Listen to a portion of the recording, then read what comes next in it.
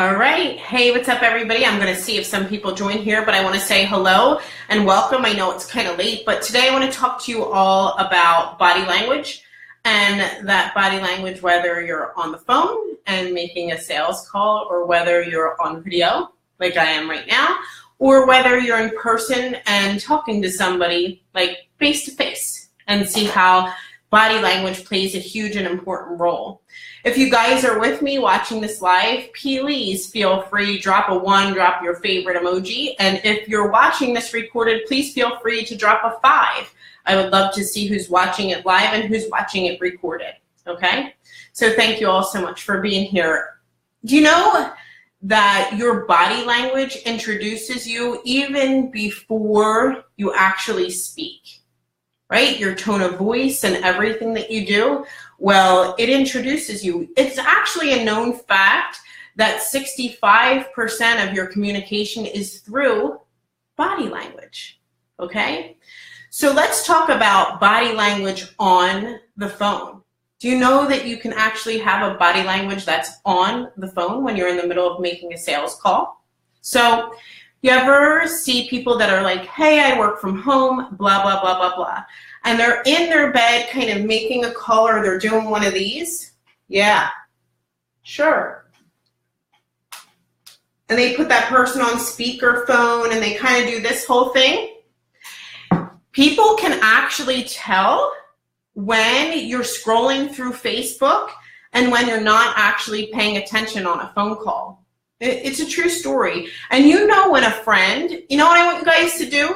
I want you to drop me a heart. Drop me a heart if you've ever been on the phone with a friend and you know that they're disconnected from that phone call because they're scrolling through Facebook or they're doing something else on their phone other than listening to you. Anybody else ever experienced that? I have. So make sure that when you're on the phone and on a sales call, you're actually engaged on the phone. You know, when I'm on a sales call, one of the best tips that was ever given to me was to not use my ear gear, right, or my earbuds, and to actually keep the phone to my face. Why do I do this? Well, because I am forced to actually listen. I can't put my phone down. I can't multitask. I'm monotasking. I am stuck right here with the phone to my head. We've often gotten displaced in having our headgear on and doing one of these, right?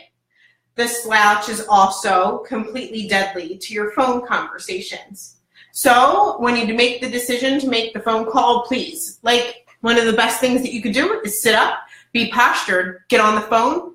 Greatest tip in the world is, seriously, do not put anyone on speaker and get rid of your earbuds, because people will know that you are completely engaged.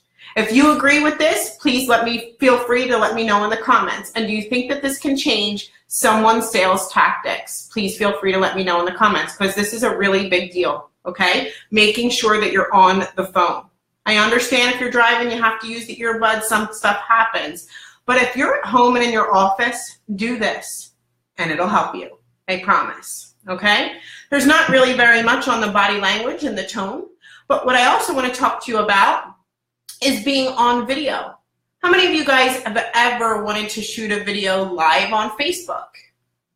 Right? Anybody ever wanted to shoot a video live on Facebook? Or they do? Your body language plays a very, very important role, whether you Zoom or whether you are live on Facebook, right? Whether you're in an overview or whether you're doing a 3-way call to Zoom with someone, or whether you're actually on video, and I study this a lot because I'm on video a lot. For the women that are in here, this one's for you. If you have a very dominant personality, any woman have a very dominant personality, or in sales, most of you probably do. Confidence reigns true. How many of you have a very dominant personality? When you sit square to the camera like this, you can become even more dominant, and it becomes intimidating. It also becomes intimidating to the crowd. I have found this out through coaching. So you'll often see, if you go back and look at my videos with Justin, I do this. It comes off kinder, right? okay? So if you have a dominant personality, sit this way. You'll have a lot more friendly persona that you can actually give off. It's like kind of nice, right? If you have a more silent demeanor, or you feel intimidated by a conversation, or you're on a three-way call and you're nervous, or it's your very first Facebook Live and you're scared, do this. And then if you're very scared, do this. The bigger you are on camera, the harder you stand tall, and the more space that you take up. It's a thing of, you know, I'm here and I'm present and I'm confident. This is very, very confident. To the person that's scared on video, right? When you do your very first Facebook Live, or people will know, they'll be less likely to know if you sit like this, okay? Make sure that you do that. If you're also very passionate about what you're speaking about and you have a very dominant personality, don't ever forget the head tilt, right? If you have a very dominant personality and you can use this to your advantage, it's a simple tilt of the head. Yes, right? Make sure that you practice this. It will help you. Every time you're ever on camera, every time you sit at your desk, every time you sit down, ladies who have that dominant personality, please sit this way. 21 days to create a habit. You'll never go back. I sit this way everywhere that I go, okay? Simple head tilt as well. Don't ever, things not to do. Please don't ever sit like this. This is angry and closed off, and people get intimidated. They feel like you don't want to talk to them, right? If you must lean in the camera this way and talk to somebody, make sure you're doing it in the softest voice that you have, almost a whisper. If you yell and lean in, you're angry. If you whisper and lean in, you have a secret and everyone wants to know. So when I lean into the camera, I do something like, yeah, that's exactly what I meant. And then you have a better idea, or someone has a better understanding. But if you lean in and you do something like this, everybody goes, holy cow! Be careful, okay? Now, when you're also sitting like this, and you're sitting like this, and you're talking, whatever you do, if you have someone on the other end of your camera, and you're actually doing a three-way call, I will tell you one of the most fantastic things that you can ever do that closes more three-way calls than ever before. What I want you to do is mirror the language of someone else. So this also works in person, and it's a great segue to our in-person thing that we're going into. Well, here's the deal. When that person turns the other side, about 10 seconds later, you do the same thing. If the person does this, I'm telling you, 10 seconds later, do that. If the person does this, 10 seconds later, do this. It will be one of the most psychological factors ever. Mirror your audience, mirror the person on the other side of the camera. If you ever give an interview, do the exact same thing. Mirroring the other person, it's a sign of respect, and people love it. They absolutely love it, okay? If you're ever on a sales call and you're in person and you want someone to say yes, do this too. Yes, yes. Whenever I talk to anyone on camera or on Zoom, or I do the opportunity call and I want someone to say yes or think yes, I do this. Do it. You can even do it on a phone call. It will help you absolutely tremendously.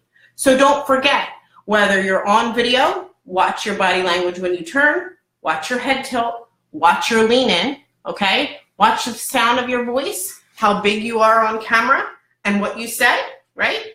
And how you portray yourself, okay? Mirror everything that someone else does. And when you want someone to confirm with you, you do the exact same thing. Now, in person is another story. Let me see if I can tilt this up so you guys can see me. Okay, so when you're in person, does anybody know what the very first thing that someone notices about you is? It's different on camera than it is in person. So what's the very first thing that someone notices about you when you're actually talking to someone in person? Most people say your eyes, your face, something like that. But the truth is the first thing that people notice is your hands. It's your hands. So how you place your hands and where you place them, one of these with the clinch behind the back, guarded, even though, right? So be careful where you place your hands. If you want to be more welcoming and you give speeches on stage, open your hands. Always this way. Never this way. Always this way. Yes. If you want to get your point across and you do a lot of this is okay. Above the shoulders is crazy. So anytime you're speaking to someone and you're getting passionate, you can do this, okay? But you cannot do this. This is crazy. This is passion. Crazy, passion, okay? Don't ever be afraid to give a little giggle, ladies.